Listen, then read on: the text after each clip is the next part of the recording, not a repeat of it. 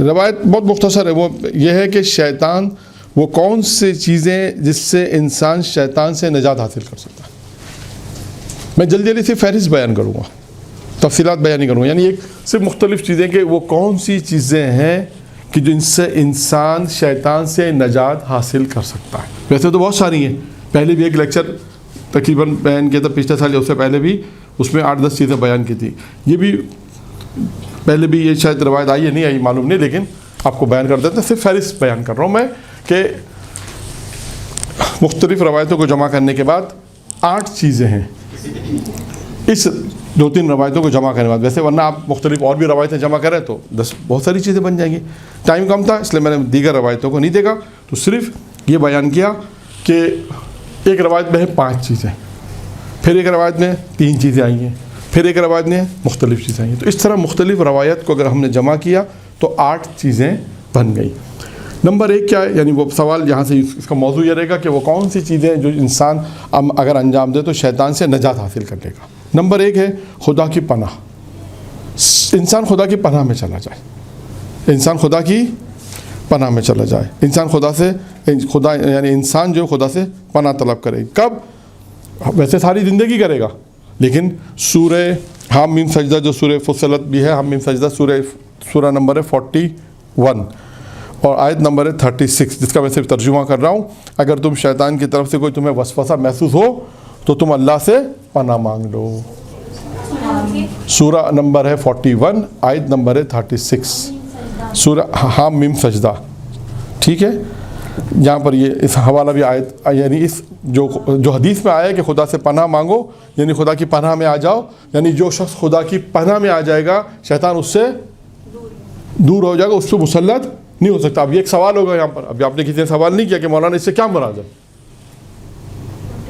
اللہ کی پناہ میں آنے سے مراد ہے آپ ہر وقت اپنے آپ کو خدا سے پناہ میں رکھیں. یعنی پروردگار کا ہر وقت خدا کا لطف و کرم چاہیے، ہر وقت خدا کے رحمت چاہیے.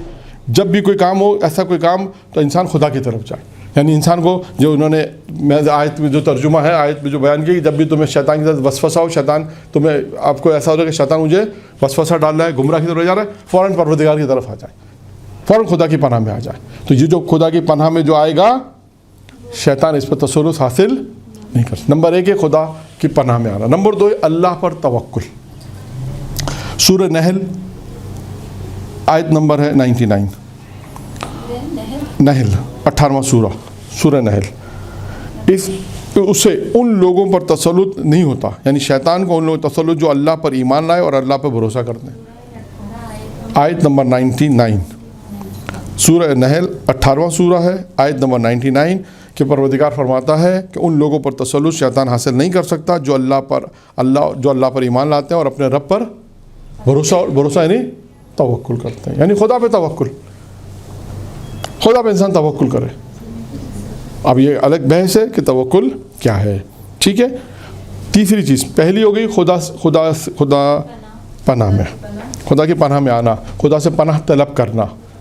2 توکل بر خدا. 3 ہے دن و رات یاد خدا میں رہنا. دن و رات یاد خدا میں رہنا یعنی انسان ہر وقت کیا کرے؟ دن و رات سے کیا مراد ہے؟ ہر وقت شب و روز کیا کرے؟ خدا کا ذکر، یاد خدا میں رہنا. اور یاد خدا سے جو روایتوں میں آیا ہے کہ ہر حال میں خدا کا ذکر کرنا. اور ایک اور چیز جو روایتوں میں آیا ہے کہ حرام سے اپنے آپ کو محفوظ رکھنا. یہ بھی ہے ذکر خدا میں جو آیا ہے کہ ذکر خدا کیا ہے، معصوم کی حدیث ہے، اس کا مراد کیا ہے کہ انسان گناہوں سے اپنے آپ کو محفوظ رکھے. یہ بھی تو دن و رات یاد خدا میں رہنا. نمبر 4 ہے سحر کے وقت استغفار کرنا. صبح کے وقت، سحر کے وقت یا صبح سے پہلے کا جو ٹائم ہوتا ہے صبح کے وقت استغفار کرنا. نمبر 5 ہے خوف خدا میں گریہ کرنا. اب آپ دیکھیں ایک بات، اس میں کامن کیا بات ہے؟ ان 5 چیزوں میں کامن کیا چیز ہے؟ خدا.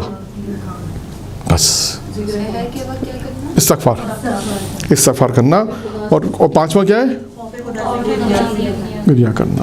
یہ 5 ایک روایت میں آئے. آئیے آگے چلتے ہیں. اس کے بعد پیغمبر اسلام کی ایک روایت ہے جس میں پیغمبر نے فرمایا 3 گروہ شیطان سے محفوظ ہیں. وہ 3 گروہ 5 میں آ چکے ہیں. یاد خدا وار جو پہلے آ چکا ہے، خوف خدا میں گریہ کرنے والا یہ بھی آ چکا ہے، سحر کے وقت استغفار کرنا یہ بھی آ چکا. 3 گروہ شیطان سے محفوظ رہیں گے جو اس 5 میں آ چکے ہیں. یہ تینوں 5 میں آ چکے. اور یہ پہلی والی جو روایت ہے، یہ پہلی والی جو 5 چیزیں، یہ چھٹے امام امام جعفر صادق علیہ الصلوۃ والسلام کی روایت ہے.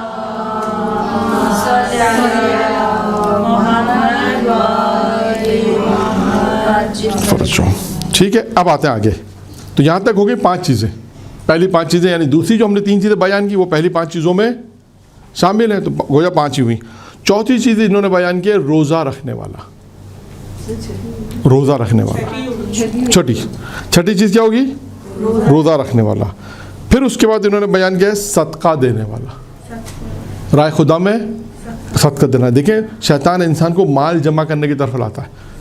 روزے کی فضیلت بہت ہے، میں نے بیان نہیں کیا، ورنہ انسان بھوک رہے گا تو بھوکا رہے گا تو خدا یاد خدا کے حکم سے. تو شیطان یعنی انسان اگر شیطان سے پناہ چاہتا ہے کہ شیطان اس پر تسلط حاصل نہ کرے تو روزہ رکھے. اب دیکھیں روزے کے اپنے فوائد ہیں. روزے سے انسان کیا ہوگا؟ قیامت کی بھوک و پیاس کو یاد رکھے، ہے نا. روزے کا ایک مقصد کیا ہے کہ انسان اس بھوک و پیاس سے قیامت کی بھوک و پیاس کو یاد رکھے. اور بھی بہت سے روزے کے جو فوائد ہیں، قرآن نے کہا لعلکم تتقون، کہ شاید تم متقی ہو جاؤ.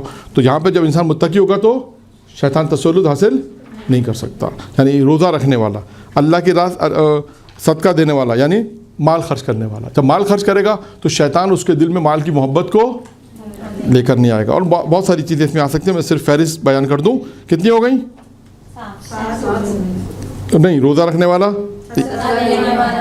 اور اچھا پھر خدا سے محبت کرنے والا. خدا سے محبت کی کتنی ہو جائیں گی؟ 8. خدا سے محبت کرنے والا. اور اس کے بعد آخر میں 2 رہ گئیں اب بس. 8 2 10، یعنی 10 چیزیں ہیں کہ جو شیطان پہ 10 عمل کو انجام دے گا تو شیطان اس پہ تسلط حاصل نہیں کر سکتا. اس کے بعد ہے خدا سے، یعنی 7واں 8واں ہے نا؟ نہیں، ابھی 8 اب تک 8 بیان ہوئے. 8واں کیا ہے؟ خدا سے محبت کرنے والا. 9واں ہے نیک عمل کو ہمیشہ مرتب اچھے طریقے سے مسلسل انجام دینا، مہذب رہنا، یعنی نیک عمل کو ہمیشہ انجام دینا.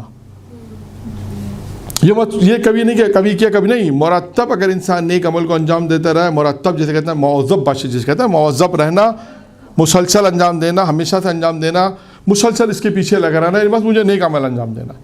تو شیطان پھر اس کو شیطان کے تسلط میں یہ نہیں، شیطان اس پہ تسلط حاصل نہیں کر سکتا. انسان ہمیشہ نیک عمل کے پیچھے رہے کہ بس مجھے نیک عمل انجام دینا.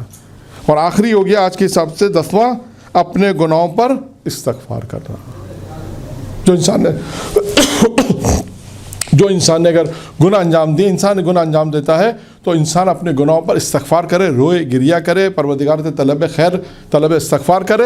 یہ انسان اپنے گناہوں کو یاد کرنا، جو روایت میں آیا کہ انسان اپنے گناہوں کو یاد کرے، انسان اپنے گناہوں پہ گریا کرے، استغفار کرے، تو یہ تمام چیزیں اگر انسان کرے گا تو شیطان اس پہ تسلط حاصل نہیں کرے گا. تو تیسری روایت جو آج ہم نے مختلف روایتوں سے جو تیسرا درس کا جو تیسرا سیشن تھا یا تیسرا حصہ تھا، اس میں یہ بیان کیا کہ 10 عمل ایسے ہیں کہ اگر انسان انجام دے تو شیطان تسلط حاصل نہیں کر سکتا. درود پڑھے محمد و اللہ.